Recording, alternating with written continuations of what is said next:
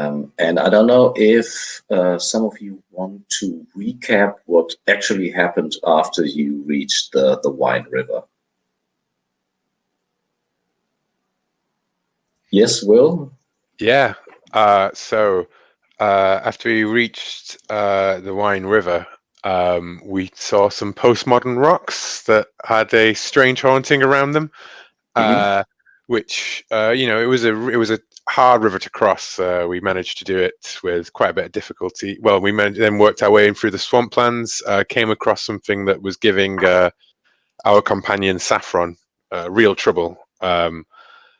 They were feeling like they were losing their consciousness or who they were as they drew closer. We pushed past that, and yeah, we found the deserted caravans.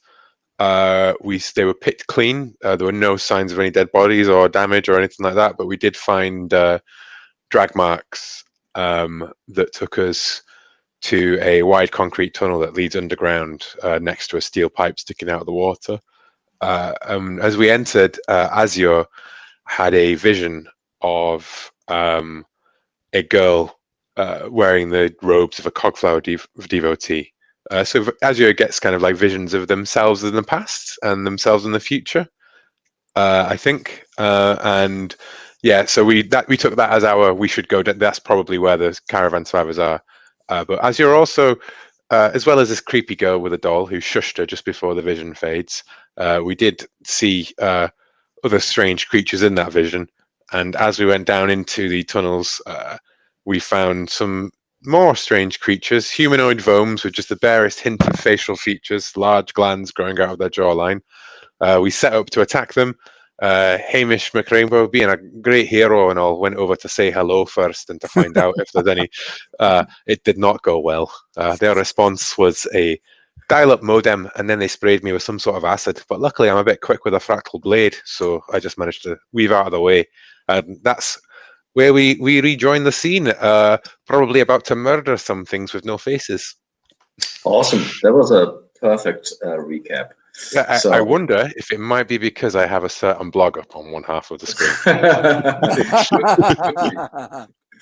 So when we start the session, we are in the middle of a fight. So we are underground. It is pretty dark. The room is illuminated by some kind of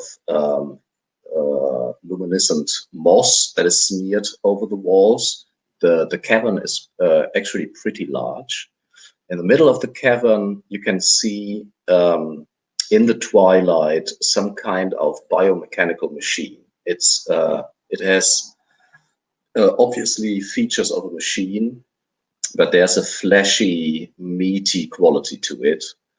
And you can see two, very unclear in the twilight, two figures that are on the machine now climbing down. And in the foreground, there's Hamish McRainbow, our Redlander folk hero, wielding the fractal blade. And he's in a fight with like a weird humanoid creature, as Will said, with with a face that has almost no features. There are these swollen glands at his jaw, and there's something spraying out of the glands. And out of their mouth comes this weird sound as from a dial-up modem. And the other three heroes, Nida, Azure, and Kazui, they are at the entrance to the room in a small tunnel ready to strike. And that is where we start our session. But maybe start with Hamish McRainbow. Will, can you explain how Hamish looks like and what he's doing? He's ready to strike, I think. Yeah, Hamish Rainbow is wearing the incomplete cursed armor that was given to him by his companions. So he's no lot affected by the curse, but does get some of the benefits. And he whips out. He has got this this like high tech piece of like archaeotech, like the old ways. That is a blade that is not really visible to the human eye so much because it is a fractal blade, splitting reality and working its way across in all kinds of non-Euclidean sensors. And it would make a really cool effect in an anime. Is all I'm saying. There's the one that just spat at me, right? But there's Yes. 3 of them in total in this room. How far away are the other 2? The other 2 are maybe 10 meters away, climbing down this machine. Okay, cool. Well, then after deflecting after the acid sizzles and is like eaten by the fractal blade or the fluid, it just whoops around, and I look incredulously at him and I go, "Oh, you want some then, do you, pal? Come on, let's have it." And I leap towards them with a fractal blade, and I'm going to attack him. Awesome. While Hamish is attacking, in the back, in the entrance to the room in the tunnel, there's Nida. And Nida, the last time I remember that you were checking the scene through your scope, which, it is relatively dark, and looking through the scope, you can't get the whole picture, but you had a pretty good view on the creature that attacks Hamish. So what are you doing? Well, the good thing is that Austin's and we're scopes. The Legion of the Farsight hooks us up with gear. So we do actually have thermal or like night vision scopes on our sniper rifles. But this doesn't look like a friendly place. And I get the distinct impression that they do not mean Hamish anything good. So I'm just going to side in on, because Austin's and I had talked about this at the end of the previous session about which one he wanted and which one I was taking. And if I remember correctly, he said that I was to take the one on the left and he wanted the one on the right. So I'm going to side in on the one on the left, pull the trigger. And that is the 2 that were climbing down the machine. And correct. Can you describe how Nida looks like? Well, for once, she actually has the hood of her cloak pulled back, so you can see her really, really dark hair. It's pretty much jet black, like obsidian in a cave that has never seen sunlight. And she has dark, weathered skin. It's difficult to tell how old she is. She's obviously spent a lot of time outside. So she could be 25, she could be 75. It's difficult to say. And then Austin's beside her is he had some terrible accident in the past, obviously. So he has all these artificial limbs attached to his body that he somehow moves with, leather constructions and so forth. But despite this disability, he holds the gun as a master does. And then next to Nida and Austin's is Azure. Abe, can you describe how Azure looks like and what she's doing? Yeah, Azure is a formerly impeccably stylish member of the Azure God death cult. Unfortunately, after eating a bunch of corrupted biomechanical egg things from a penguin, I got Akira syndrome, and my body started getting, is it dysmorphic? Is that the correct word for it? Like it started growing like, hyper steroid style to the point where I was, I was afraid I was going to start getting that Akira look with like the giant left arm and the, so I went to a doctor and they helped me stunt the process, but I'm continuing to develop, develop. So while I used to be very stylish and stuff, now I'm kind of like this road warrior-esque. I've got this kind of like piecemeal armor now, and I'm definitely a lot less stylish as I've also sort of picked up a nasty meth habit, and which I'm glad Kazuo is here for, because I probably need some help with that. So basically now, yeah. So it's this kind of I'm in this midst of this mutated fall from grace currently. Mm-hmm. So and so that's I used to have really nice armor, and now it's very piecemeal, like slapped together, picked from the wasteland kind of look now. And you also have a sort of shotgun at the ready. Yes. And what is your what would be your next move? What would you see? All right, so give me 2 seconds. I'm sorry. So basically, we've got two of these xenomorph type guys coming at us, right? And Hamish is already combating the one that they're with, right? Exactly, but in order to get a shot of any of these, you would have, like, if you want to shoot the one that Hamish is fighting with, the chances are that you would hit him. Well, I've got a sawed off, so yeah, I'm not planning on that. So, and in order to get to shoot at the others, you would probably have to get nearer to them. Yeah, that's what I figured. I'm gonna rush forward and try to engage one of the two that's coming down. To meet us, and I'm gonna try to give him a taste of the buckshot. Mm-hmm. And then, yes, lastly, we have Kazooie. And I would imagine that Kazooie is probably behind Azure and Nida. Yes. And Brandon, can you describe how Kazooie looks like and what she's planning to do? Kazooie is dressed much as she always is, in a very simple shift that shows her long black hair that is tied back tight, and her somewhat alien features because she's not human. She also has tattoos on her face, on the palms of her hands, and other places that are not visible at the moment, because she is a shaman. And there is if you're not used to her, there's a spooky, unsettling air about her, because spirits tend to cluster in her existence. Around,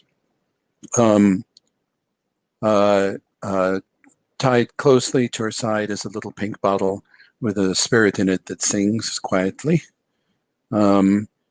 which is her fetch, which is not actually a separate spirit, but part of her own soul that she uses to interact with the spirit world. If you can see spirits, it looks like an oriental dragon. She bears a quarterstaff, which can uncap to be a spear, and she is not quite festooned, but amply fortified with little fetishes and little vials and such like that, which are the tools of her trade. And what she is doing right now, given that there are three very capable fighters here, but she is disturbed by this situation, and wants to make sure that there is nothing else going on. So I am going to close my eyes and send my fetch out to look for trouble, and to see if I can discern what is the nature. If there's no other obvious trouble, what is the nature of this construction that we are in front of, this sort of meat-looking machine? So she's gathering information to hopefully forestall trouble while everyone else tangles with these very unpleasant entities. And just let me have a look. This is a miracle you're performing, but it's a rather simple one. I mean, you want to know what the nature of this machine is, I think. You can push the scope of the information you get by investing more of your life energy. So every time you perform a miracle, right. I remember, it costs life. And I would say just finding out the nature of this machine would be just one HP. But you could try to maybe, I don't know, whatever you want. I'll push harder if I can. If I can penetrate further in to get more information for everyone else. So you could try to establish a connection with this machine because it has some kind of life essence. Yes, absolutely. And that is obviously more dangerous. I want to say, if I was shy from danger, I wouldn't be here. That is true. Just give me a second. Is the cheat sheet of the cost for miracles? Let's see.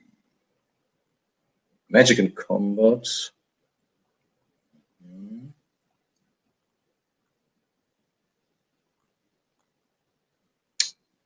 HP cost. So the scale is 1 to D6 and then increments of a D6.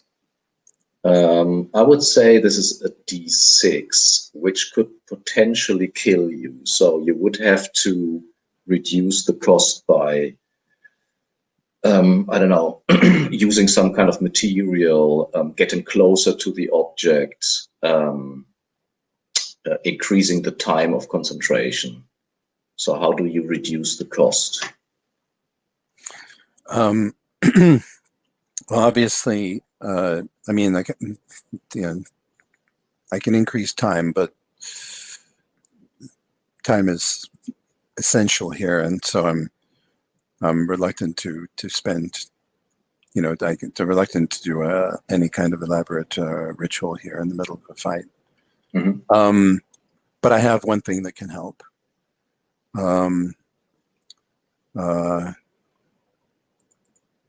Which is that I can it's a metal object, yes. Yeah, metal and flesh. Okay. I'm going to summon a metal elemental. And send it forth to go to go discover. And so, I think so it'll actually have to spider its way up onto the thing, and so it won't be instantaneous. But I love it. But the affinity should give something. But you do have to find enough metal to conjure the elemental. I think that is what we established the last time. That's true, and there's not metal in here. No, okay. I mean, you could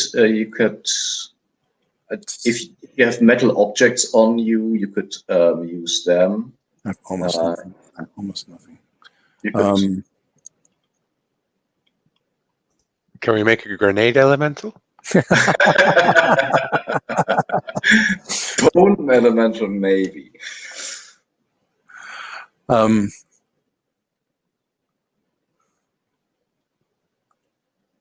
I leave you with like you can think about it, and we'll resolve Hamish action first, maybe if you want to. Yes. I get to act first, so yes, you exactly. You act first with outside of any kind of initiative order. So you attack the humanoid Vome. Yes. So I roll a d20, correct? And that is an 11. Am I looking at my AV? Yes. Yeah, I have a 13 AV, so that's below my AV. It's and 11. It's also above its armor class, so you definitely hit. And now you find out that it has, your fractal blade makes, I think, double damage against robots and robot types. So whatever this is has like an android or robotic, character to it. Yeah, I think that's like shown by as the fractal blade, like whatever damage the fractal blade leaves, like the fractals go into the artificial elements of it, and spiral through it, and then explode. Like Akira syndrome. They get their own little bit of Akira syndrome. Just the last bit of it. Okay. So it affects the metal parts of the creature. And I'll roll 2d10. Jesus. That is 11 points of damage. I mean, I roll its hit points for shits and giggles, but it is indeed dead. So it more or less is ripped apart by the these fractals that goes through it. Its body. Yeah, I think I strike it like right on the shoulder, and then it just goes like, and I wipe off whatever sprays onto my face. Yeah, it is like a mixture of bodily fluids and oil or something. And in the last moment of its existence, it shrieks this dial-up modem sound. And neither. So I think you were. Let's make. Yes. Doesn't Hamish get another action since he killed an enemy? Oh yeah, no, it's only if there's one adjacent to me. Exactly. Yeah. Okay, so that's why that's why I asked where the other two were, because I was like, if they're all together, yeah. Gotcha. So, Horst, you were saying, I'm sorry. Yeah, let's make a initiative roll. Just whose side roll acts first, because it could be that the two creatures actually get close to you, so that they're closer than the range of your weapon. All right. So D6. D6. I will use the dice roller because it's more in the open. D6. We still don't trust you not to cheat. Yeah. All right. So there is a. Yeah, that was my fault. And pocket. Yeah, I was just going to re-roll that until it disappeared. Oh, okay. 4. Boo. That's a 2. So they do get what's it called? Bridge the distance. So you can see that them in your scope, like moving with a inhuman speed. And you realize that your guns won't be useful at the moment. What do you do? Satrap radiant gun. Thing on my back. Just slide it around like I'm playing guitar in a hardcore band. Even though it really looks super elegant, so during a round, you can do these. You can move and do one action, and changing weapons is one action. So you would. And I am also going to roll out of their range.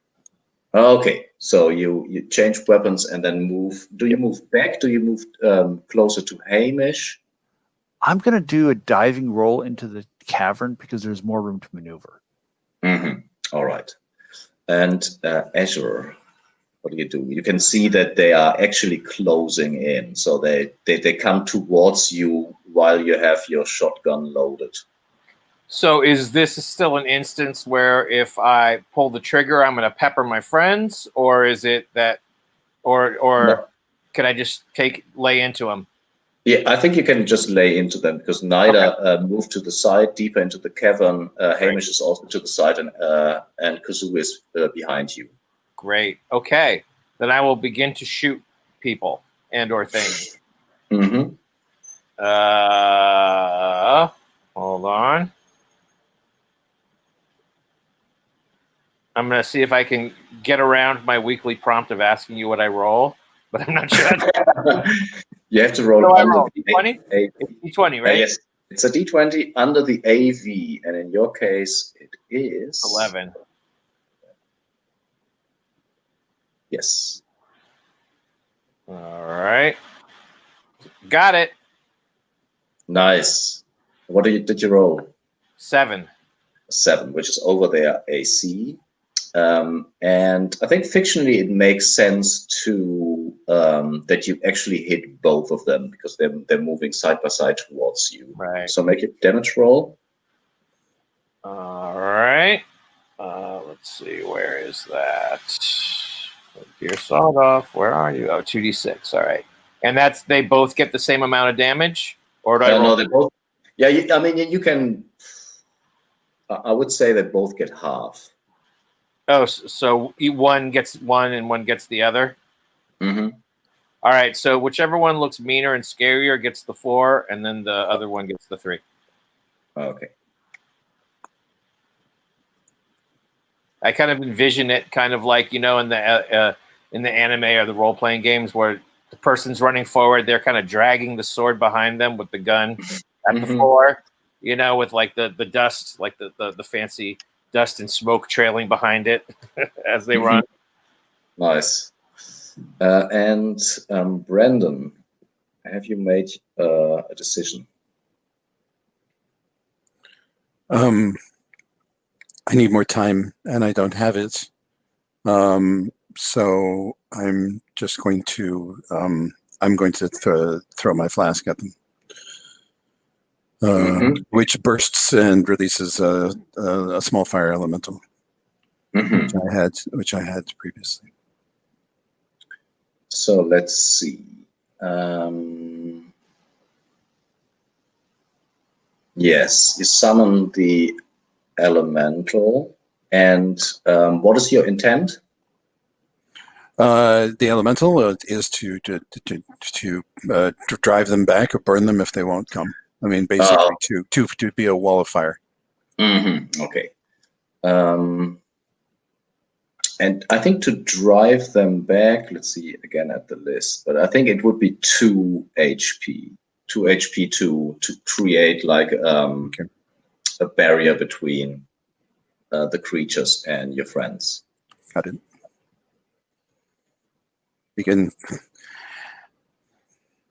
They can choose to cross through, but it won't be pleasant for them.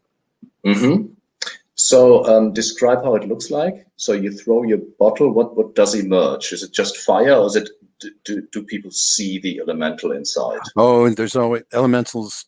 Elementals never look like plain elements. It looks like it's a animate. So when it bursts, it seems like there is a very small, in this case, a small lizard made of fire, like the archetypal salamander, very small, which then turns and swells in size enormously as it kind of rears and neck fan snaps out like you might see with a frilled lizard, and it is almost a black figure that is wreathed in flame, shimmering and blazing in the cave's relative darkness. So the creature itself is burning and forms this barrier. Yes, I mean it is. It's a spirit, but the spirit's always an entity. Yeah, but it's immaterial in form. It is immaterial. There's no action. There's not an there. It is a visual representation of animate fire. So the two creatures they reel, if that is a word, like they back down from the fire and move back to the machine, and you can all hear. I've described in the last session how there are these vein-like tubes that leave from the main cavern where you entered with these vats through the tunnel, and they end up in the machine, and you hear this splurging sound again, and the machine itself is trembling and you hear like a mixture between a moaning sound and again like I don't know, like an old-fashioned plotter or something coming from the machine. Hamish, what are you doing?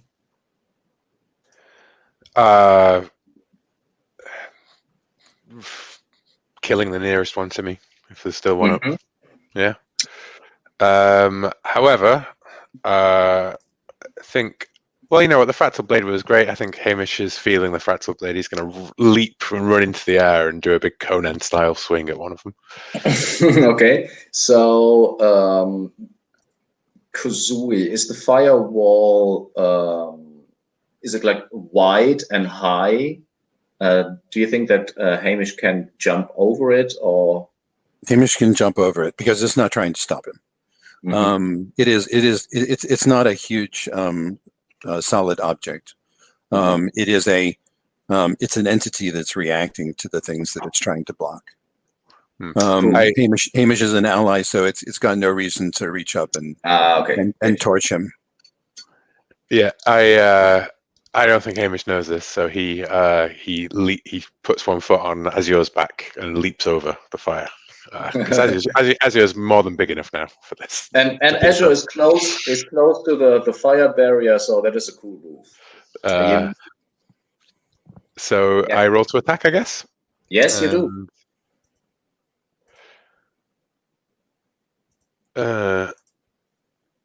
I need to re-roll the roll for party room. I need to reload it quickly. There we 11. So again, same result. Nice. So I will roll my 2d10 again. And they are actually standing side by side, more or less. So they're in. I got 10. So does that mean that I kill one and then I get a free attack on another one? Yes, you do. Okay, yeah. Let's see if. Oh, that is a 15 and my AV is 13. So I miss on the next attack. I cut straight through one and then miss with on the backswing.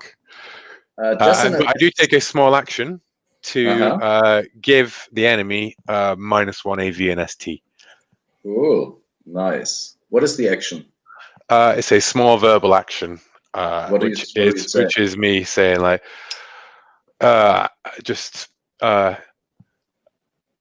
come on then, I'll take yous all on. And so as an aside, after you killed the first humanoid Vome, you can feel your body changing if you want to. Yeah, I'm pretty sure it's going to be spitting acid, right? As like a bonus. Nothing is going to be as good as going first. Like that's going to be something really impressive, yeah, to do that. Yeah. Okay, and so I think the two creatures, the first creature explodes again in an explosion of this fractalized metal and searing flesh. I think Azure is closer, but you can act both. So maybe Naida, what do you do? You see through your scope and you see through the fire that the second creature is still standing and turns to Hamish to spray him with acid again. I'm going to pull the trigger. I already have my satrap gun out and aimed. So, wow, there's a lot of dice on here now. I can erase like 80% of them, I guess. Yeah, that's a 20. Not even close. So you miss.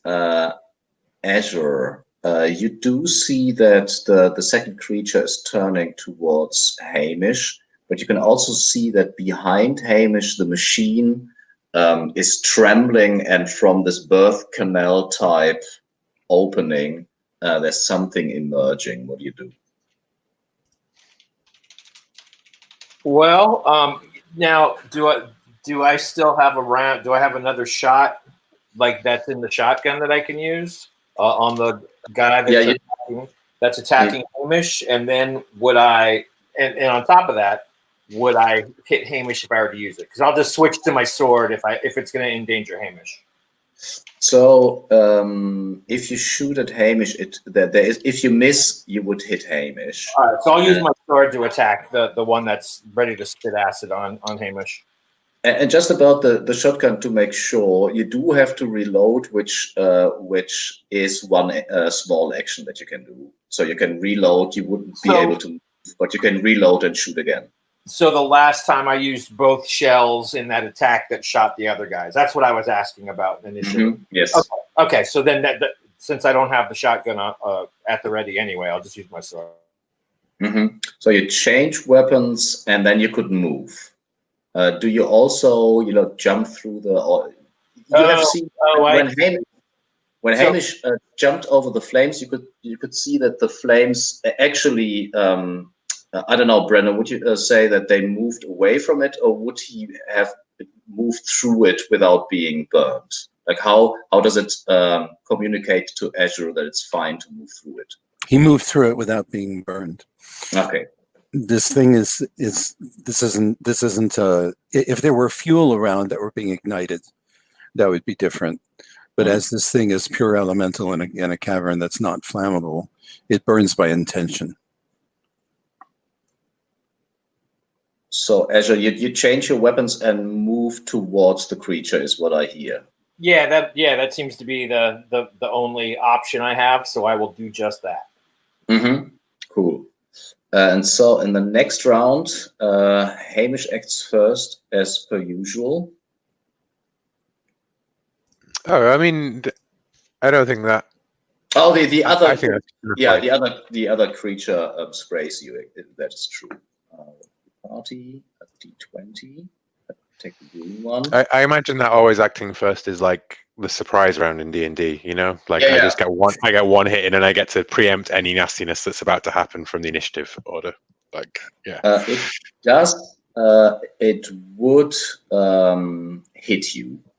Mm-hmm. So you make a saving throw. Okay.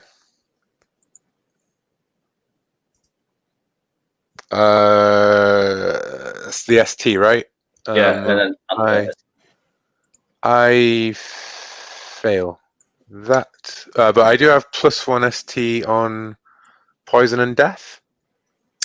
That acid, I think, is poisonous. Yeah, it wouldn't be enough anyways. Actually, now I think about it. Okay. So, never mind. I still take it. So you get 5 points of damage. Okay. And that would have killed me for a very long part of this game. I know. And you can see where the armor is hit. It starts to burn off the like the ornaments on it, and where it touched your skin, it keeps on burning, like it's sizzling through your skin. Okay. All right. So the next round, who does the honor of rolling initiative? Hamish. Sure. What do I roll? A D6. A D6. Yes, I rolled a 6. Haha. I rolled a 1. So, haha. So the monster acts first, and it actually grabs you, Hamish. It grabs you and pulls you towards and sprays again. You can also see that a fourth creature, or like a second one, emerges from the machine, and it is all covered in this. It is not fully functional. It is covered in some kind of goo, but it starts to extend its arms. I don't know. I think the closest now is Azure. You move through the fire, and you're next to Hamish. All right. Well, apparently the sword I have is a two-handed sword, so I'm going to heft it and try to remove a head from a neck or something of that nature. Mm-hmm. Do you attack the one that's next to Hamish, or do you attack the one that just emerged from the machine? Well, Hamish is Help! about to, Help! yeah, I was gonna say, Hamish is about to catch a face full of acid, so I'll take that guy out. Mhm. And Nida, what do you do?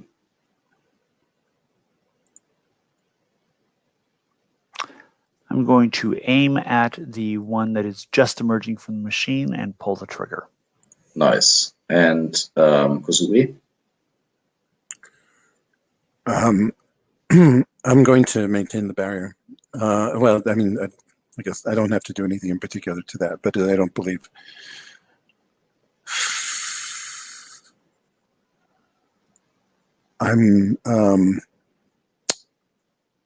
No, I'm going to start a ritual to try to feel out this cavern.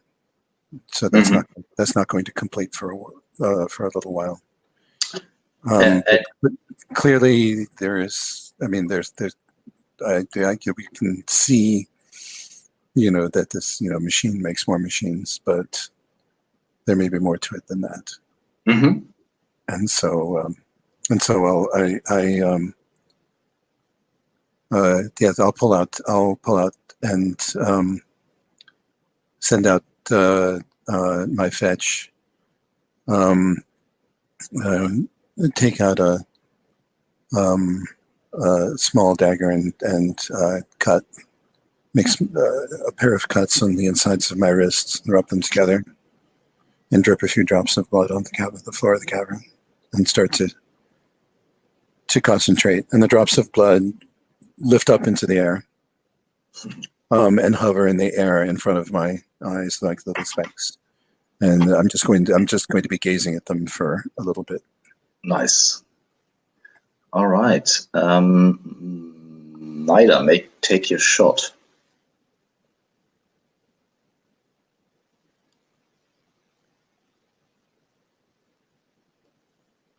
That's a 7. My attack value is 12.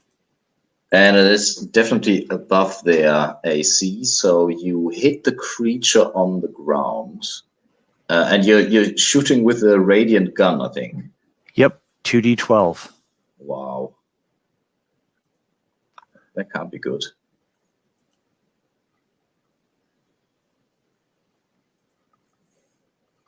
That's a 7. 7 is actually exactly what kills it. How does it look like I don't even know, are these projectiles? Is it like a ray that comes out? Well, it's a laser. So I think basically what it looks like is if you could convert the spread of shotgun pellets to laser beams, that's about what you would see. So instead of seeing the trajectory of an individual shotgun pellet moving outward from the barrel, you would instead see a laser beam moving along that same path. It's a little bit like Star Wars, maybe. They also shoot this increments of light rather than one continuous thing. Yeah, pretty much. So basically, just you start seeing these tiny little laser holes appearing in this creature. And then it bursts into a flame and crumbles into ash.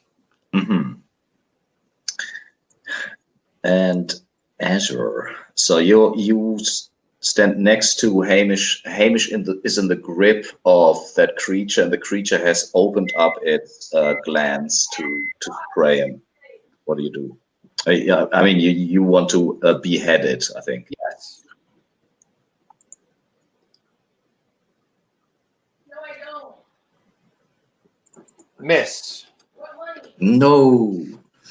So I think it's not so much a miss that the creature actually drags Hamish with it and dodges the blow that way. Maybe even it bounces off Hamish's new golden shoulder pad. Yeah, cool. I like it. And then, well, Hamish, you can also try to wiggle out of the grip. Yeah, definitely. Is that Or do something else. No, I think it's definitely getting out of its grip and I think backing away from it at this point. Mhm. And that would be an opposed strength test. So we both test our strength. Its strength is 12. Okay, mine is 15. And I rolled I rolled under my strength.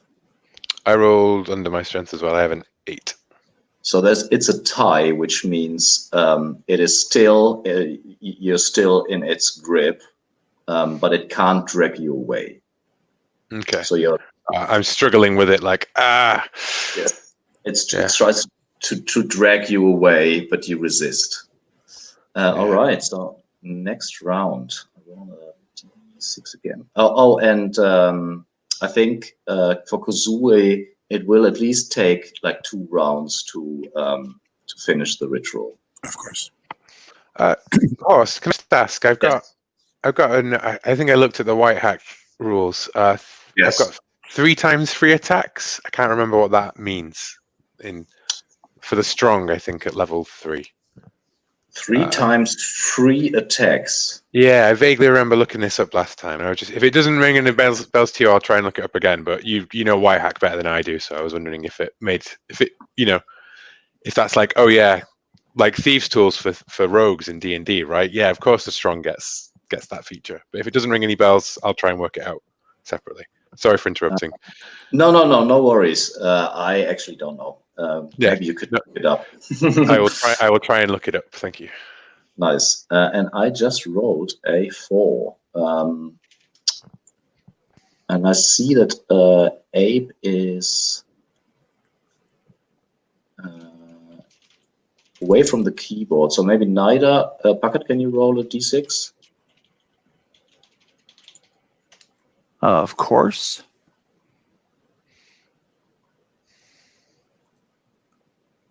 Oof, that's a 1. It's a 1. So it acts first, and it does spray Hamish again. And now it's really close, and Jesus, another 3. Do I not make a roll for saving? Oh yeah. Saving throw. I'm sorry. So the saving throw, I think, signifies that you could theoretically, dodge it, although it's really close. Well, like I headbutt it, suddenly knocking its head back. Exactly. It sprays over my head instead. I rolled a 4, which is below my saving throw. Oh, nice. You did. So that it's what you just described. You headbutt it, and it just sprays. Yeah. I'm trying to wrestle out of it, and it's holding my arms, and and I'm like, Nice. And Snyder.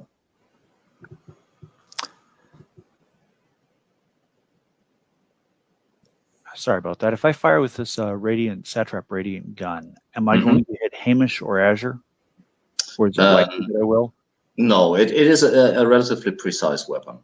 Okay. In that case, I'm going to aim and shoot. Awesome. That is a 5 under 12, I believe, is my AV. Yes, 5 under 12. So we see these laser marks on the body of the Vome. And roll the damage.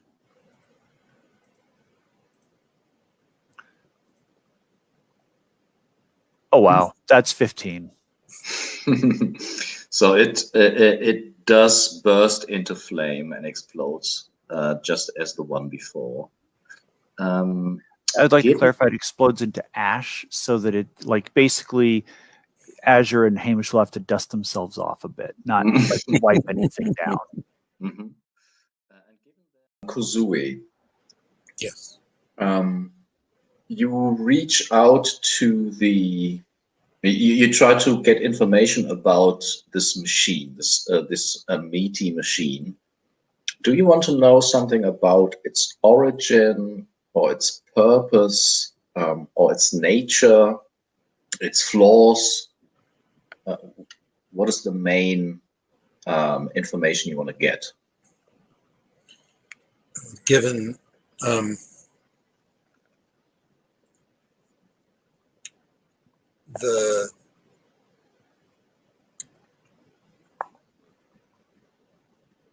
Given the some of the imagery in Azure's vision, I basically want to know how to neutralize this.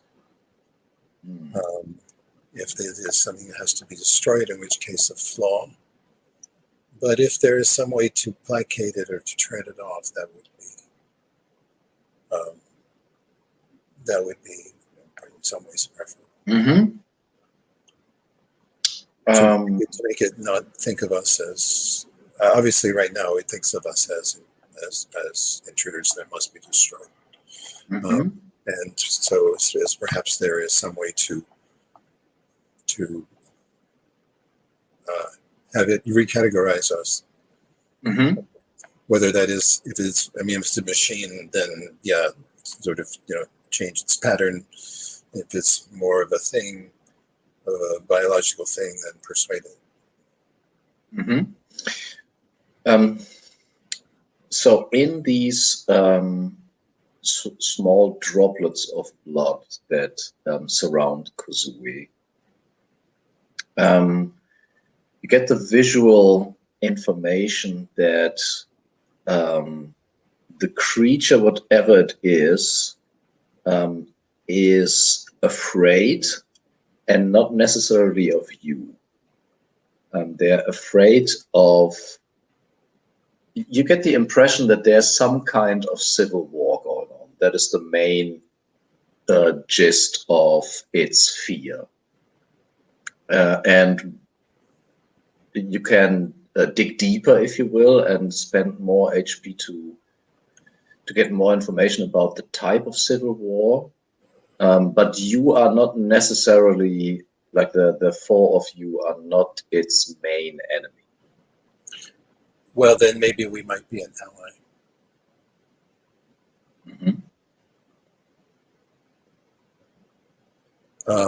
And so yeah, I need a means of communicating with it.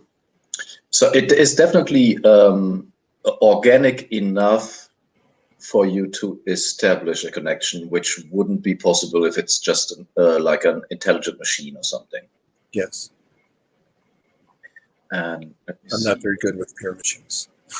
They don't have spirits in the way my tradition understands. But is it going to keep shooting out zombies while Kazooie works on it? It is trembling. It is trembling. The machine is trembling again. The veins are constantly pumping something from the main room. This is. I'm going to communicate what I can without breaking my concentration. We are not this thing's primary enemy. It has another inside here, inside this complex somehow. I'm trying to see if we can make a truce. Perhaps to join forces against the thing that it actually hates and fears. All right, but if it spits on me again, I'm blowing this thing up. Get back out. Get behind the salamander. Oh yeah, that's a good point. Retreat behind the firewall. I imagine maybe even as I go through the firewall, the fire burns off the acid that's remaining on me. Because it was still burning. Actually, the acid was still on your face, but the salamander fire burns it away. Yeah, a little purification. So yeah, I will. So yes, I will push to try and, as people demonstrate, hopefully that we shouldn't be fighting each other. I think this is another HP. Okay. Is it different from how does the push manifest? Is it still the droplets that tell you, or is it something else?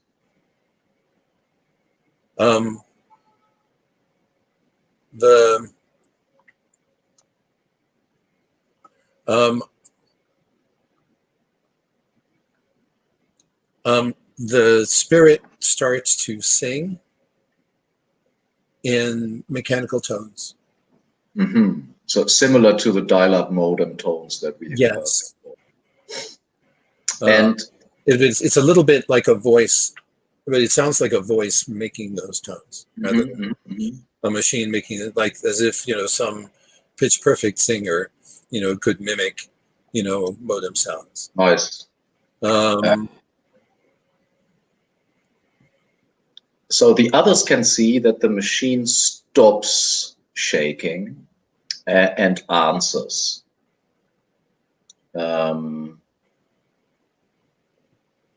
And for you, Kozui, it feels like, so the danger is not inside of this compound. The danger is outside.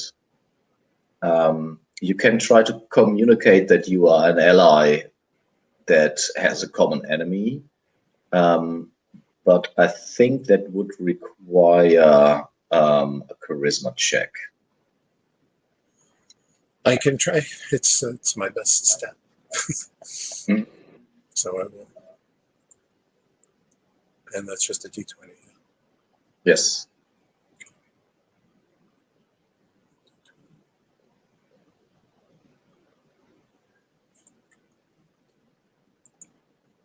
Four. That is a success. So I understand that you want to communicate to it that you are its ally. And to understand and to have some understanding of who the enemy is. Mm-hmm. So now that you have established a connection, I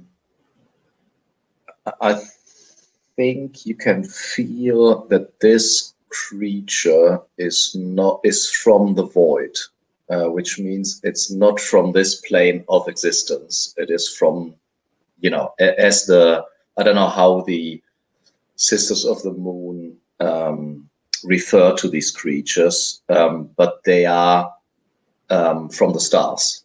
Right. The outer dark, which is not a pejorative term, where we're from. It is, the vastness of existence that continues. And maybe there is, I don't know if where the elves originally come from, or maybe there's even some kind of kinship. How alien the creature. We have stories of coming from one of the pinpoints of light in the outer dark. But they're very old stories. And the others see that the machine stops shaking, stops producing anything, and the flow of this liquid through the meaty tubes also ceases.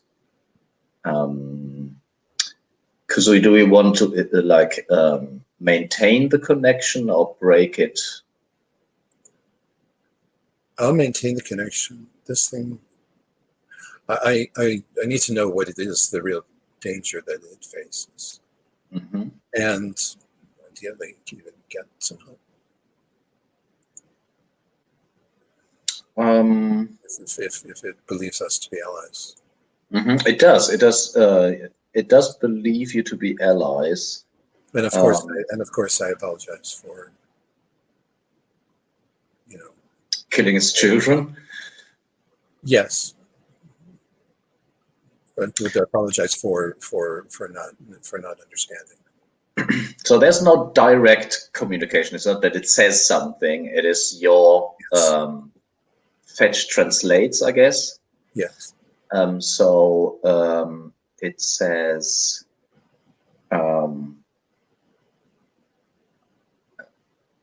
It says they're building a port, and we are growing. They come from the south, from under the water.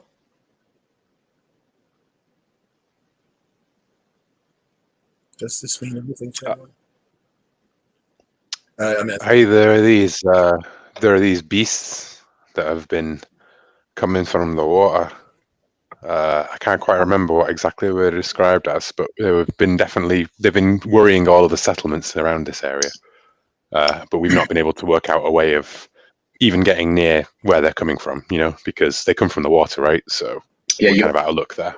In every settlement, they fear the cold Vomes, they're called. The cold Vomes.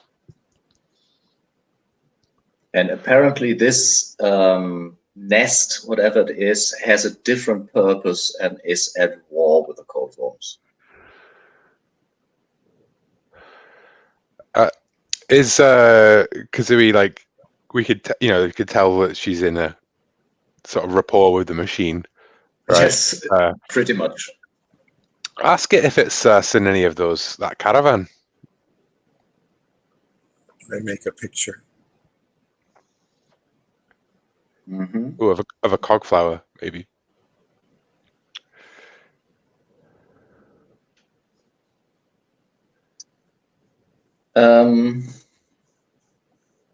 So the machine says, and the fetch translates, we found a source of food. It is stored in the mines.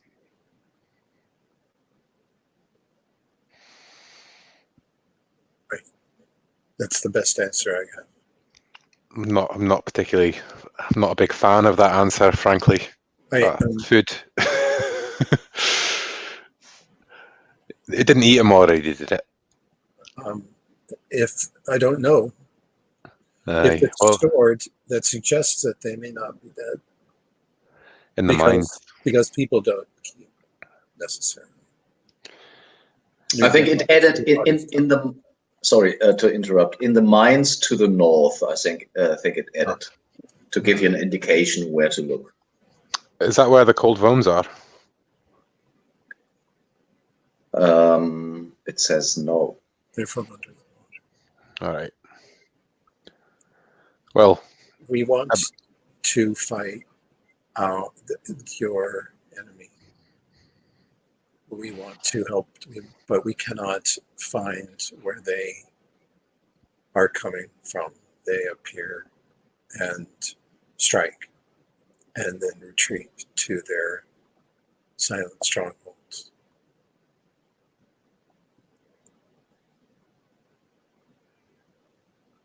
Do you know more? It says there's a very long tunnel leading south, but it's dangerous to cross. And I think at that point you hear a small explosion to the east. Sorry, to the west. To describe the cavern has this one entrance to the north where you came from. It has another tunnel that leads to the west, and you can see behind the machine in the twilight another tunnel leading to the east. And the explosion came from the west. So that is the one behind. I'm sorry, it's the one behind the machine, or no, on your side, on our side. And it's describing a tunnel to the south, a very small one. It says that the tunnel to the where the cold Vomes come from comes from the south, and that the mines are in the north. Back the way we came, effectively, and through a different route. Yeah. I have a picture. I have a picture, and I could probably find. We have a cave with exits in all cardinal directions. Twisty little passages. Is that right, Horst? Yes. I apologize for not putting up a map, but I've always loved the fact that to describe something and then that leads to total confusion. I prefer that to having something objectively before you and say, oh, well, we take just this thing. Hey, we could always draw it, right? Like old school, get some grid paper out while you describe it. Yes. Maybe you should. That's the sort of line that you've been dropping with these. Yeah. So you Just for the came. notes. You Yeah. came from like there's the river, and on the Mhm. south bank, on the on one side of the river, whatever it is, there's the tunnel leading south. That is where you entered, and then that led to a cavern, but the tunnel extended to the south. So there was another tunnel leading to the south. There was the cavern. There was one to the north on the east side, and one to the south that you took, and that leads to the cavern where you're in currently. Yeah, And we were tracking some things to here, weren't we? We were, yes. I guess. Is it fair to say that it seems like we were tracking these Vome type, these artificial things? Yeah, I think it's fair to say that they dragged something from the north. Yeah. I mean, like, you know. So there's two tunnels to the south? From the main cavern, like the first cavern, there were two tunnels to the south. Okay. One of which we came in, the other one of which leads to, at least in theory, the cold Vomes. Yes. Or the direction of the cold Vomes. Okay. Yes, possible. Okay. And then, so there was an explosion to the west, there's a tunnel to the east, and there's a tunnel to the north, correct? Yes, from where you are. Yeah. And the tunnel from the north is where you came from.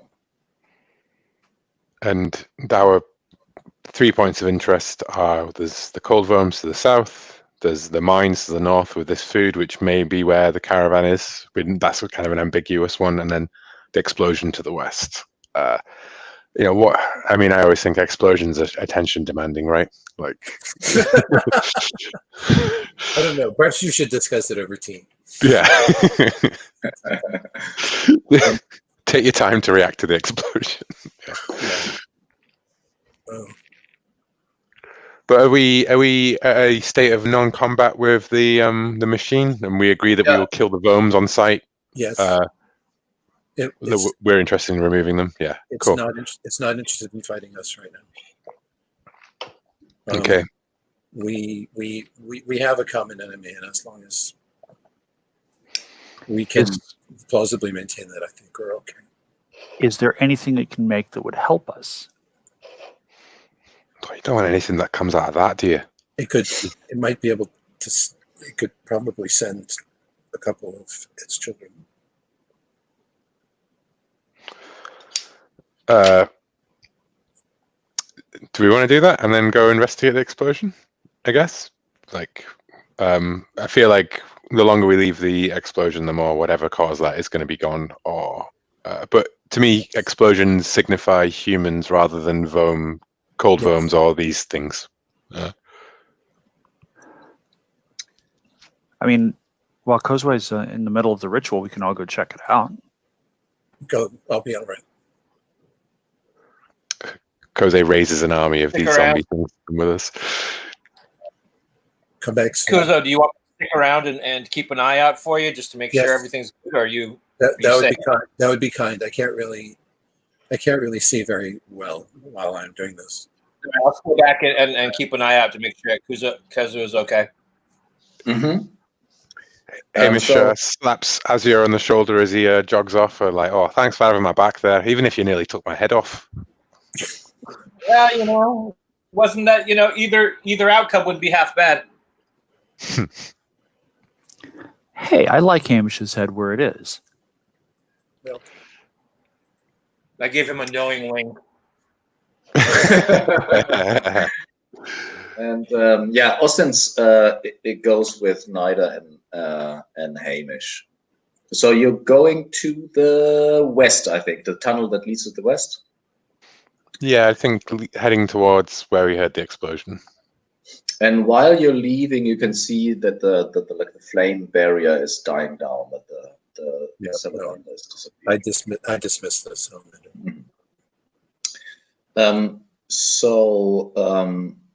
That tunnel that you're traveling through is completely dark. But I think Hamish has some kind of light source. Yes, I have a ultra ray lamp. Yes. And the tunnel is also much smaller. It's much more like actually a sewage tunnel. So you need to you can't walk through it like straight up. And after what is the you also can't walk next to each other. Who's on point? Hamish, I assume. I don't know. I was thinking maybe neither, given that she's much more, used to used to navigating things. And I'm thinking Hamish is holding is like behind, like holding the lamp over the shoulder. Like. And the funny thing is, I've actually asked Ajax to go ahead of us. Not necessarily just as point, but to get into the next room and get clear of the door just in case I have to pull the trigger. But it's very much gun up at the ready, kind of doing some sort of duck walk almost. Mm-hmm. Because from the sound of it, we have to be like hunched over or crouched in this tunnel. Is that correct? Yes. Okay. So and Austin is probably bringing up the rear. Yes, I would say so. So Ajax was moving between your legs when you told him to to scout the area. Loud for the others, loudly meowing, complainingly meowing, and for you, he says, "It does smell like fish, but not the tasty kind." Look, you're a cat. You can see in very low light conditions. I just want to make sure that you can get into that room and get clear of the doorway in case I have to pull the trigger on something. I'm trying to keep you safe. Shouldn't you make clear that I'm safe, like on your shoulder or somewhere? Hamish is behind me with a sword. You're probably safer like facing against whatever that is than Hamish with a sword behind me. I guess you're right. Right? And Ajax disappears into the dark. And then I look back, I kind of say for Hamish's benefit, he knows how skilled you are with a sword. I thought he was asking for his money. After all that money I lost to him in cards, still haven't paid him.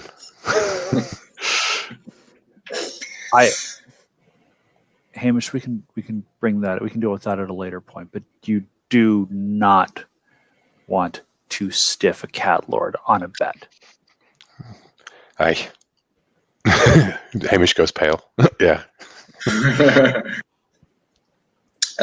And so the tunnel is not super long, but because you have to crouch, it does take a little bit longer. And Ajax returns. I assume that you're moving, that you're still moving in the same direction. So yes, we haven't stopped.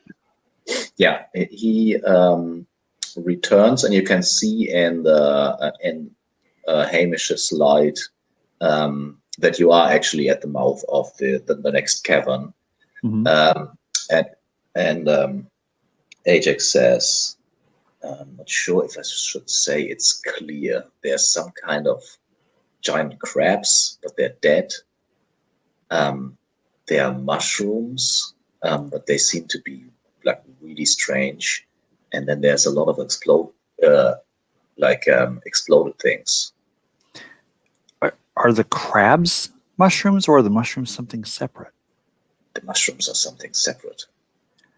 Okay, I was about to get really concerned. Well, you should be concerned about the giant crabs, man. You said they're dead. Yeah, well, where they're dead crabs, you know how it is. New crabs come. I pull one of the grenades off of my bandolier and say, "You know what this is, right?" Ajax has the ears like at the side of its head and moves away from you in the direction of Hamish. I know. Be careful. So I will move in quietly. Mhm. and clear the door so that Hamish can move into the cavern. And I'm assuming Austin's is going to probably take up a firing position. He will. Hamish just sort of walks in with these two and the guns flank, ready, and he's just panning the flashlight across the room to get a better look and see if there's any, like the explosions, like the debris. Does it signify like possibly caravanners, survivors, etc.? So Or something else. There's no movement that you see when you pan your light across the room. You can see that there is a tunnel to the north, and there's a bigger tunnel to the south, and from the south there are like rail tracks emerging and ending in this room.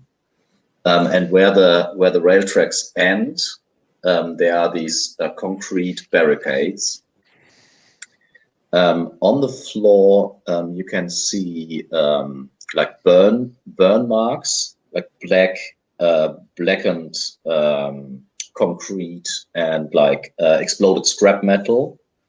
You can see at least 4 like gigantic crab shells, and I remind you that in the first room you entered, you also have seen one of these shells behind one of the beds. The barriers that I described as barriers of concrete also have like a fleshy quality to it, and then on the side, like next to the tunnel entrance, there are these mushrooms growing. But among where all the explosions were, it doesn't, is it like, I'm mainly thinking, is it like, are there any human body? There's no human bodies, but is there like bullet holes, like any sign of a humanoid fight? No. Okay.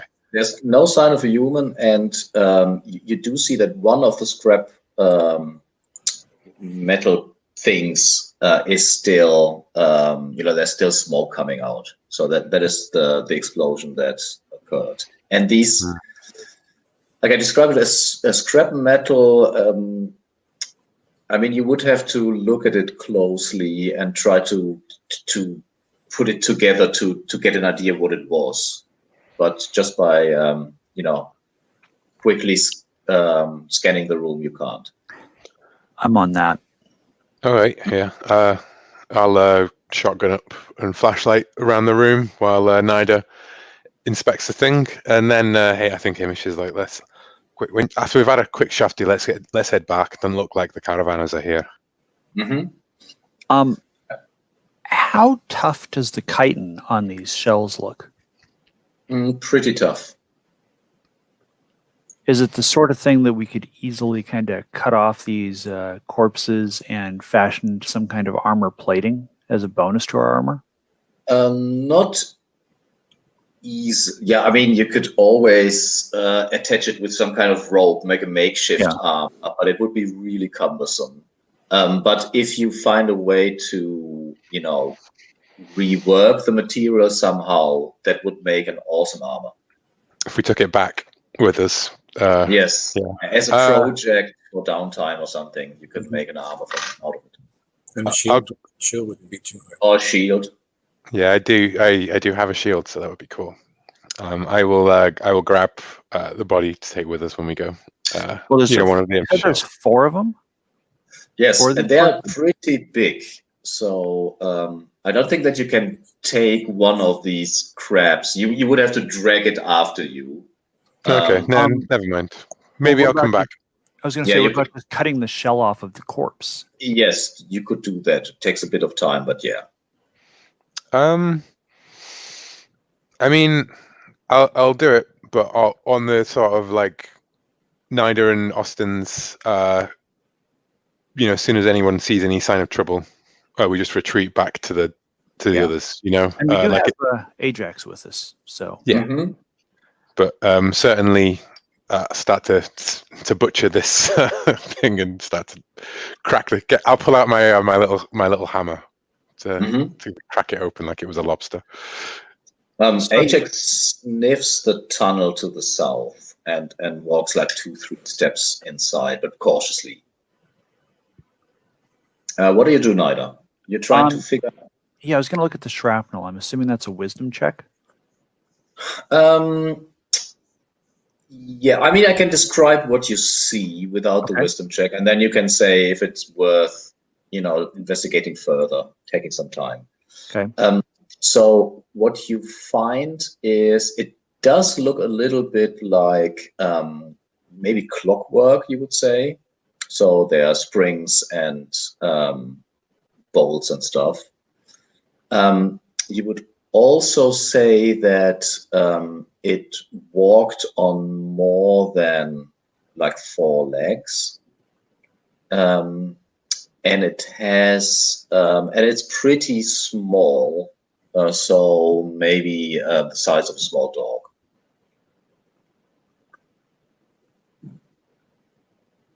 Yeah, that sounds like something I want to know more about.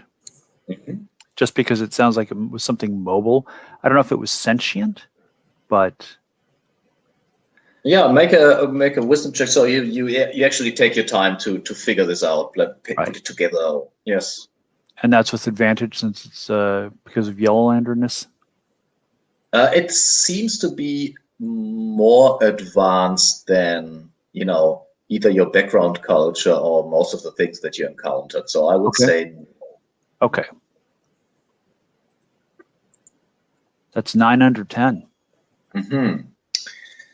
So you get the distinct feeling that it has some kind of payload and that it is like a suicide machine. You don't assume that it will be intelligent just because of its size.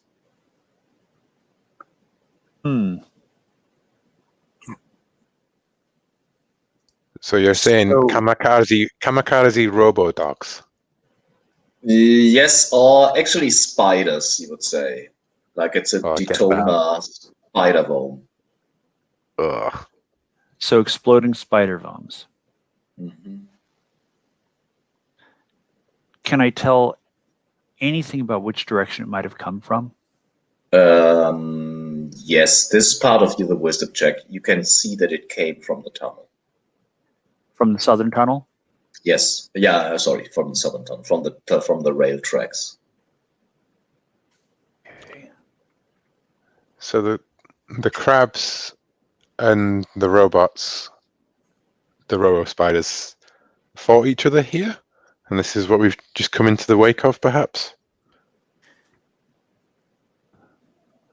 Maybe. I mean, your guess is as good as mine at this point. Does it look like that southern tunnel goes very far? Ajak comes back and he says there's a draft. It seems to be really far. I've got this worry now that the spider Vome came from the cold Vomes under the lake. Aye, but either way, it's not our missing caravanners, and sooner we find them, sooner we can get out of here. I do want to take a look at the mushrooms. Mm-hmm. Because I'd like to figure out whether they are pharmaceutical in nature or whether they could be a food source for us, etc. So the weird thing about these mushrooms is they all seem dead. There's some kind of goo sprayed on them, and they have these like almost comically. They don't have faces, obviously. They're mushrooms, but they do have mouths. So they all lie there with their mouth open. And if you want to find something out more, you would have to like take them with you, take some experiments maybe. Could also be a downtime action, a project or something. How big are these mushrooms? They are like fist size. Yeah, I'm gonna grab these and take them with us, since they're. I mean, I'll just toss them in my bag. Mm-hmm. All right. Is there anything else we can see? Let's see. that it, like when you pass the concrete barriers and accidentally touch them, they are cold and like they feel like cold meat. Okay. How with the time that's passed, how many shells could Hamish have removed from these dead crabs? I think this is Butcher's work. I think one. Okay. Yeah. I think as soon as I've got the one, it's like, Nida, come on, let's go. Covered in crab blood. Yeah. Yes. Yeah. And back in the room with the meat machine, Azure, do you like comfort Kuzui? Do you talk with her, or is it more like you alert? Are you standing there? Do you walk around and check stuff out? Yeah, Kazuo's trying to maintain the trance state, correct? So I think talking to her would probably be counterproductive. So Yeah. I'm gonna go around, take perimeter. I'm gonna check out maybe that machine that Kazuo was talking to. Just check it out. Not really gonna interact with it or push any weird buttons or anything like that. And just kind of just get the lay of the land on the room. Yeah. Surrounding areas. Yeah, when you walk around the machine, this is what's the movie by, man, my memory is so bad. The guy who made the movie about the twin surgeons. No idea. David Lynch. Right? David Lynchian. It's a David Lynchian machine, so it has definitely it has organic parts. It has machine parts, but the organic stuff. Yes, Naked Lunch was the reference. So it doesn't. I don't know how you react to it, but it's not necessarily a pleasant sight. And then on the other side of the machine, you can see the tunnel that leads to the east, and it seems to be a short tunnel with which ends in a shaft that leads up. But you can also see that there's something to the south of it. So it separates. There's like it goes to the. Yes, it's like it's a shaft, and then from the shaft there is the tunnel that you can see through, and then there's another tunnel leading south from the shaft. All right, I'm gonna, I'm not gonna split up the party anymore. I'm here to watch out for Kazuo. Yeah, I'm gonna head back over. Maybe set down some like water or something like that in front of Kazuo, so as not to distract her, but just let her know, if you need it, here's some refreshments or something like that, and I'll just stay on point. And then Kuzui, while you're in the trance, do you inquire more about anything? Of course. Or do you just calm it down? No, I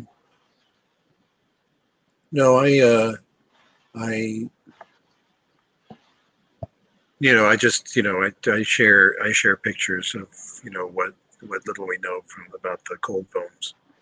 And since obviously that's a big concern. And it talks about dangers in the tunnels and see if it has anything more to communicate with regards to those. Or any weakness of the cold bones, how long the struggle's been going on, and whatever it wishes to communicate, whatever it can, and just also just share kinship a little bit.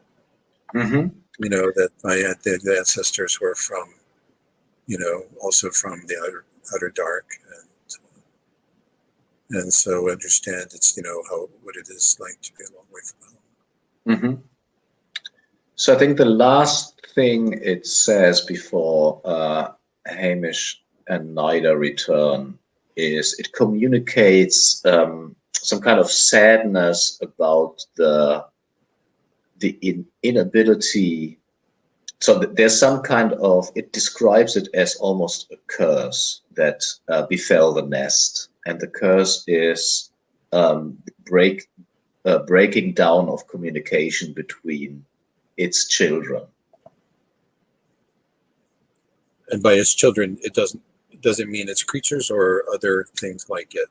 No, it's creatures. These humanoid worms that you have. That they can't talk to it.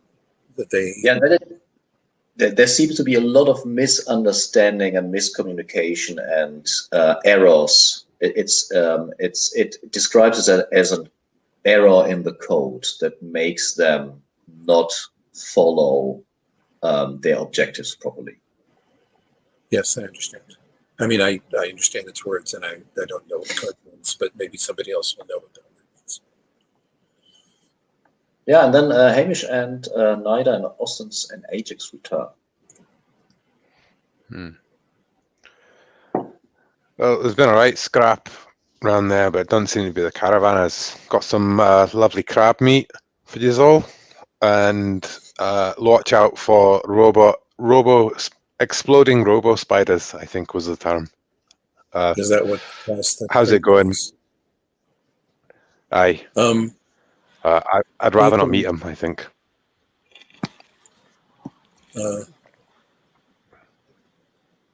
Does I mentioned what the thing communicated, and I said, does I don't really understand what it means by code. I think it's talking about some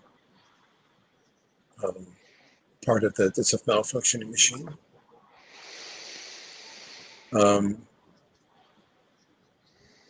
I think Azure might know what is meant with code. She's the only one with some kind of computer skills. I think we had to send Saffron back to the car because of like the side effects of what we passed through earlier that was messing with her. So, yes, the time. Yeah, the time distortion. Yeah. Where are we going to go? The only possible lead we've got for the caravanners is that this thing thinks that maybe they're food and they're in the mines, right? And that's to the north. It's certainly possible. If at any point we decide to try and go after the cold foams, this will help us. It's definitely afraid of the cold foams. I'm not sure we can ask for its help in any other capacity. All right. Well, good to know that if we have to take them on, we've got some sort of backup. It might provide a lot of help indeed. But really only for that purpose. I can't ask for anything else. Well then, I guess it's up to us to save the day again, isn't it? Let's go find some caravanners and be big damn heroes. All right. I point out what's happening with that tunnel to the east. I'm like, it goes up, so it means that we could probably get out going topside, but there's some offshoot of that as well that I'd be leery of. Yeah. Well, another way out's always good. All right. Should we head to the north, I guess? Yeah. I say goodbye to the entity. And clear up my stuff, stagger a little bit as I'm standing up.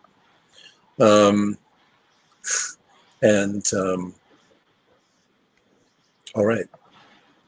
So you move north and you enter the first cavern again. And you see these tubes, these fleshy, meaty tubes leading from dozens or so of silvery vats. And if you move further north, there's another tunnel, and it's a pretty short one. And at the end, Azure, you recognize the room from your vision. So it is a room with 6 relatively small pools, pools of some liquid, probably water. And in 3 of these pools, they sit these humanoid vomes, but they are immobile. They sit there and seem to sleep, maybe, or be on standby. And then there is the room itself is, as the other rooms, pretty symmetrical and clearly, cut by some kind of precision machine into the rock. But from the room leads another tunnel, and this one has the distinctive visual of like a mining tunnel. All right, so I stop everybody. I say, "This is it. This is the place I saw in my vision. We need to be very careful from here on out. This is kind of a turning point, and I think that we really need to stay on our toes and make sure that we're, working as a team throughout this whole thing, because I got a really sketchy vibe from all this, even before this whole shit show." What do you think the danger is? The primary danger is here. Well, the guys that were in my vision are still in the puddles, right? Or in the pools? Yes. The three creatures here, they were setting off all sorts of red flags in my vision. So I kind of feel like we have to be very aware of what we're doing from here on out. Now, are the people okay? So the people we were just like now that we've made buddies with these people, are we friends with the xenomorph folks? Is that danger? Is that correct? I don't know. I mean, we haven't seen them, have we? They don't know what they are. Right. I mean, for all we know, those are the cold vomes, right? Okay. I mean, do we actually know what a cold vome looks like? Did I get a picture? I asked for a picture. So the cold vomes that the villagers refer to in the Iron Pike, they look like these xenomorphs. They have elongated faces and long arms and long legs.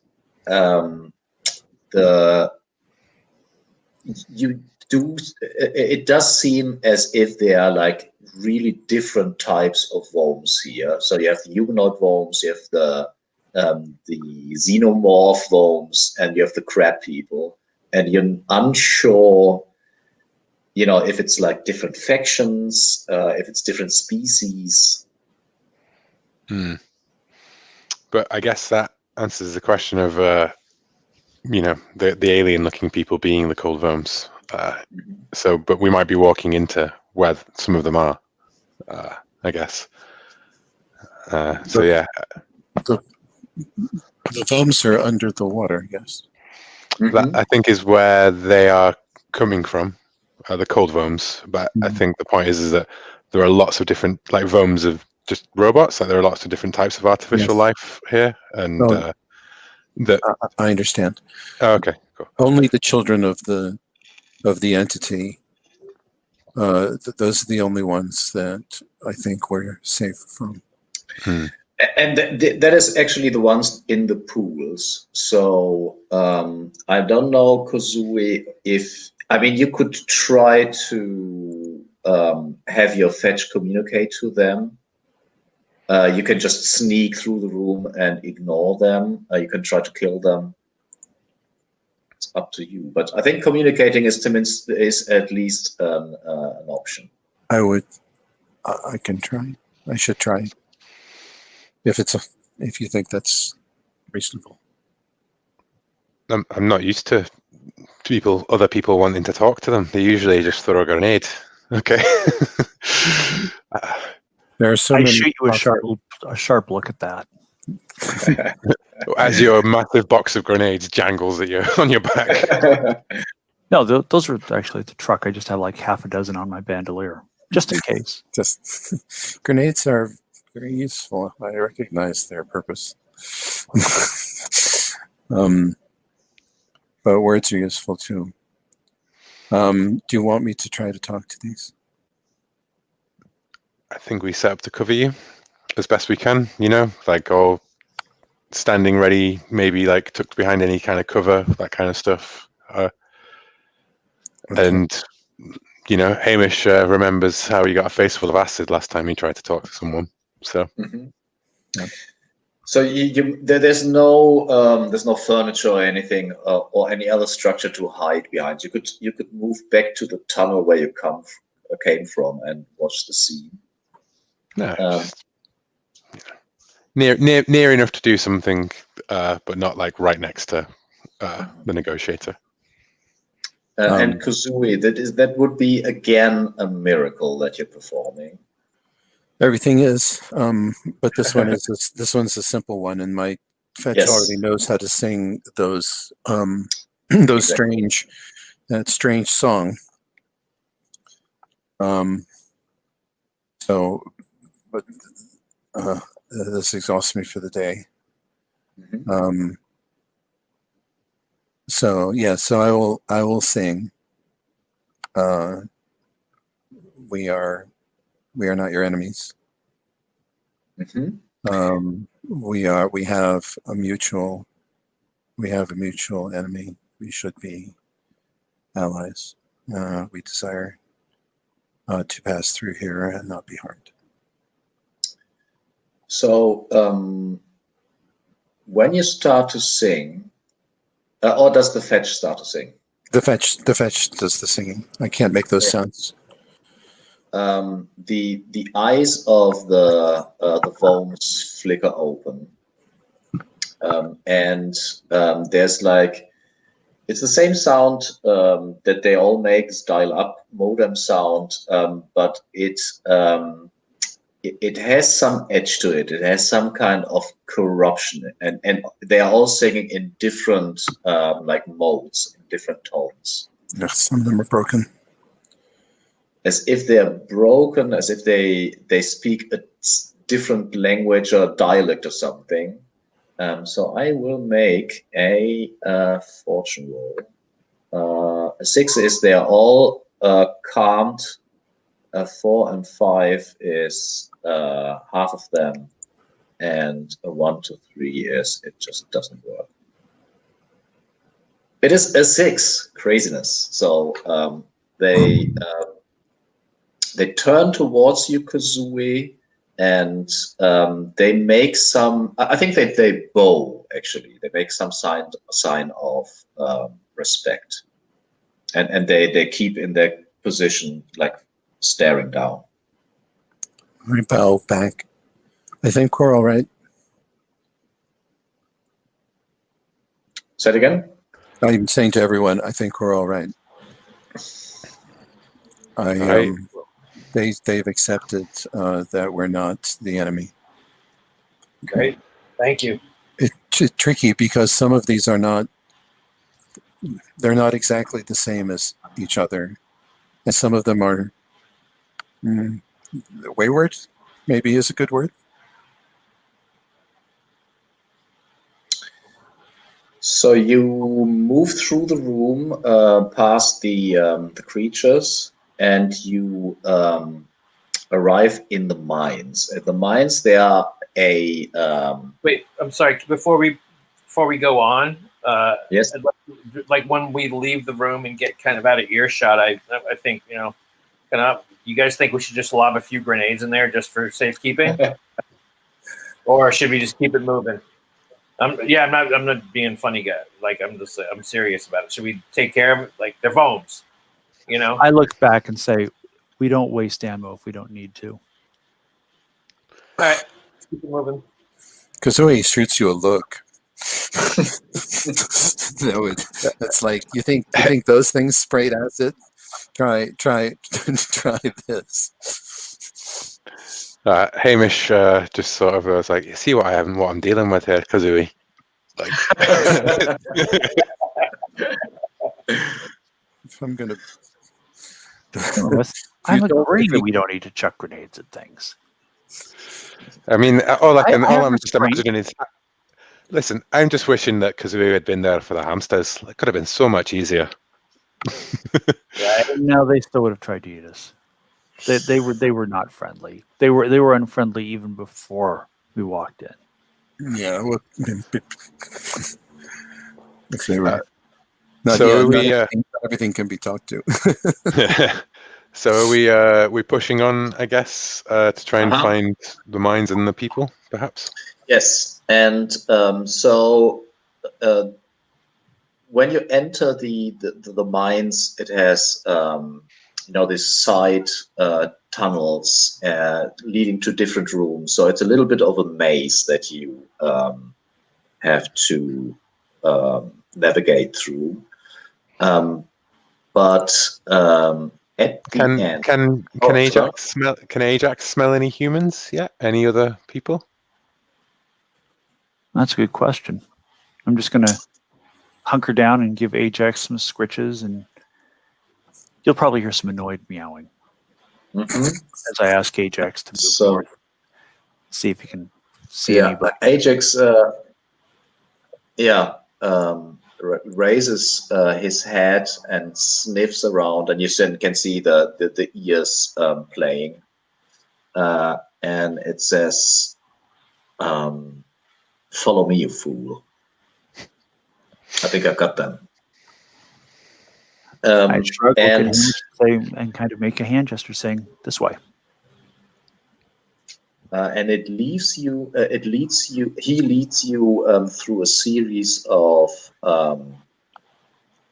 these mining tunnels, through a cavern to a cavern, and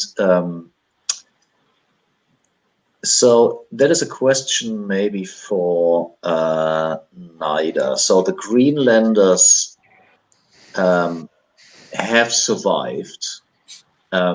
And you can see that they have been here for 2 weeks, surviving on the pink goo from the vets.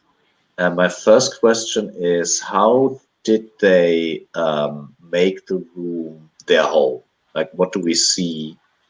How did they change it to make it more bearable? They put up at least a few tapestries. So you can, they actually kind of covered one of the tunnel entrances with tapestries. So they couldn't really see down them, but it kind of headed off the worst of the drafts and kept it a little bit more temperate so that their body heat could warm the chamber and keep as much in as possible. And so there is, they must have, it is a bit unsure what exactly happened, but there is, there are like pots filled with this pink goo. And my question is for Azure. Some of them are changed after they've eaten it. How did they change? Sorry, I'm sorry. I was distracted. So what was changed? I mean, no worries. So the Greenlanders survived. There are at least a dozen of them, like adults and children. And they must have survived eating the pink goo. And some of them are changed. How does that manifest? Some of them are just so there's just a few of them that have been affected. Yes. I think they had some sort of like biological sort of. What I'm looking for. That's some sort of some difference in their biology where they have become addicted to the pink goo, and basically it's their only form, like it's the only thing they want to ingest, and they're kind of psycho about it, like a bit like zombies, but not zombies. You know what I mean? Like they're highly addicted and feral. So maybe we can see that they have this pink goo smeared around their face, and they're a bit fatter than the others. Or maybe the pink foam stuff is like not melts, but like like it kind of like their features are disfigured from consuming it. You know, stained maybe, puffy faces maybe. Yeah, like faces. I was thinking like somebody who's really overweight who has like that kind of like that bullfrog pouch kind of thing going on? Maybe something like that. Okay, and so yeah, not a pleasant sight. But one of them who are not affected, a woman with short dark hair and like squinty eyes, as if she's short-sighted and lost her glasses. And they all have like rags, that their clothes are dirty, and she comes closer to you from behind the curtain, and she says with a hoarse voice, like whispering, "Are you here to save us?" I And think so. then she gathers the others and whispers into their ears, and they walk towards you, touching hands. But you can see that 3 of them stay behind, crouched around the vat with the pink goo. I mean, I'd call this a win, lads. 9 out of 12 is better than what we've been scoring so far. I look at the person who is leading this Yeah. line of Greenlanders and say, are they not coming? And the woman says, "I think we can't convince them." They look sickly. But they are our friends. Can't save everyone. So I mean, she's clearly traumatized, and she wouldn't resist you. this pink goo, remind me what it is, what it comes from, etc. Yeah, I mean, you've seen it bubbling in these silver vats in the main cavern when you entered, and you can assume that it's what flows through these tubes that led into the machine. And the machine said something about Kozui, that the nest's purpose is to grow. I think the machine mentioned maybe like gathering resources, and their resources seem to be biofuel. And the machine also referred to the Greenlanders as a source of biofuel. Okay.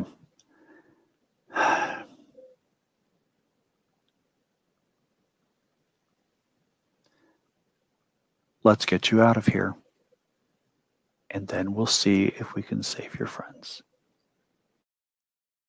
Yeah, you usher the villagers out of the mines, and when you enter the room with the 6 pools and these creatures inside, they're still standing in the same posture as before. And I assume that you want to leave the caverns as quick as possible. Yeah, I gotta get these people to safety, right? They've been trapped down here. Yeah, and they don't talk, not to each other, not to you. They're silent. They need some kind of some of them need reassurance from others, even passing these creatures. But eventually they do. You reach the room with these vets, and then exit the nest through the main tunnel, and you're standing at the shore again. And that is when some of them break down and cry, others laugh, they hug each other. Some come to you and shake your hands. Others are completely quiet and lost. So what do you do? I'm going to ask them what's the deal with those with the people that stayed behind. What happened with them? They became unresponsive. They were just eating and eating. Why did you go down there? We were dragged when we crossed the river. We were slow and vulnerable, and they grabbed us out of the wagons, and they dragged us to the mines. And we Was lost that the some. Was that the cold worms? Don't I describe the ones that we recognize as the cold worms? No, it was the ones that we just passed, the ones with the human faces. Oh, okay. Yeah, they need something to convert the pink material to something they can use, and so that's why they seize these people. Well, they're going to be disappointed now, aren't they? Nobody laughs. Yeah. I offer them food and drink. What we have. I'm thinking. So I mean, they weren't taken by the cold. The cold worms are a threat to the thing that they got taken by. The machine, the people we negotiated with in the first place, right? Yes. Yeah. We should. So they were the threat. We should give them a name. We should give them a name. Yeah. The spitters. The spitters. Should we call them the spitters? Yeah. So the spitters took the caravanners, and the spitters are engaged in a sort of like war with the cold worms. Yes. And then there is also crabs as well. I don't know how the crabs fit. No one ever knows where the crabs fit in. I would suggest that we have a rather small. Well, we have a truck, right? Like, my suggestion is that we send as many of these people off to safety, and we either move on foot or we make another trip back in.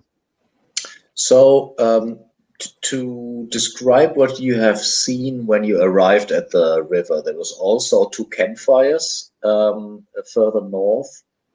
Some of the wagons are still intact. They just miss any kind of burden beasts. We could attach it to the back of the wagon, though, right? Of the truck, and yeah, like make a makeshift. I don't know what it would be called. Put it like a trailer, exactly. And one wagon would fit them all, actually. Yeah, I think that would be my plan, anyways. I'm not sure. I can't remember exactly where we said we were going to try and meet back up with the caravan. At the Spectrum Palace. That was the.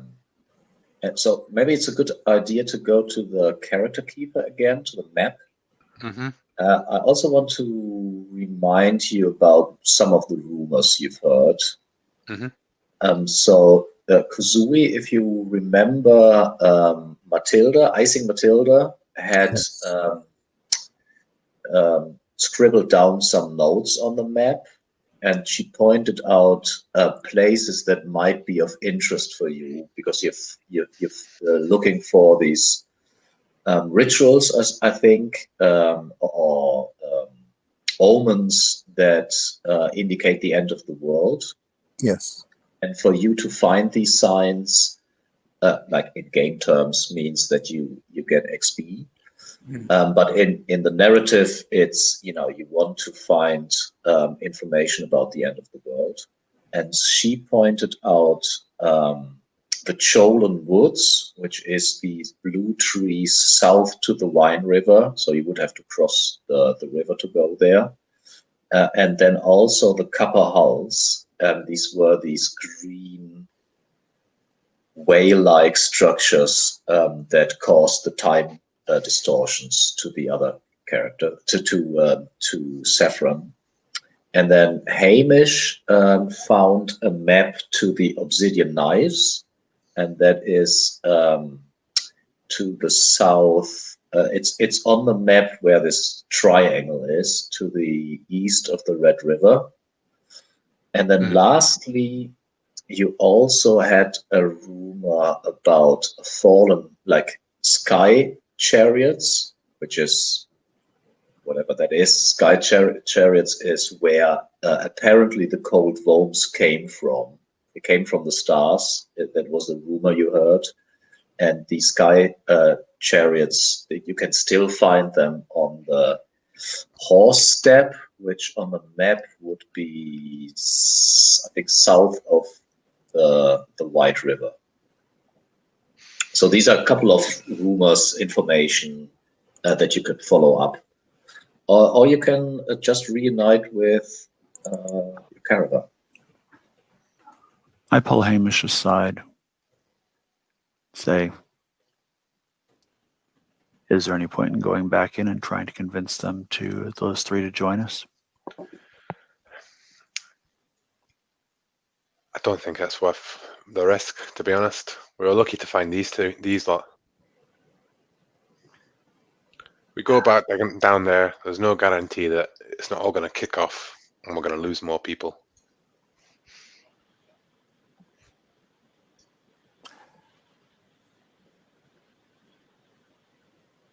So what do we do with them? Do we want to help that? Do we want to take them to that traveling village? I mean, if we do that, we're leaving this area. And we know that there's those hands, those structures that we need to check out still. Well, what does Austin think we should do with the Greenlanders? Over. Yeah, Austin joins you and he says, we need to get them to safety. Maybe at the Spectrum Palace. We could also bring them to one of the villages here, but I don't know how. They're not very prosperous. Sure, if they're willing to feed more mouths. Well, so we got villages immediately nearby, haven't we? Like we saw fires and stuff off in the distance. Yeah, you saw a camp, maybe. Yeah. Yeah. Should we go check out the camp and see if we can, maybe there's somebody who could help us with these shell-shocked, starving people, and then I guess head towards the Spectrum Palace and drop them off there. There's not one place to be found around here that has any food to spare.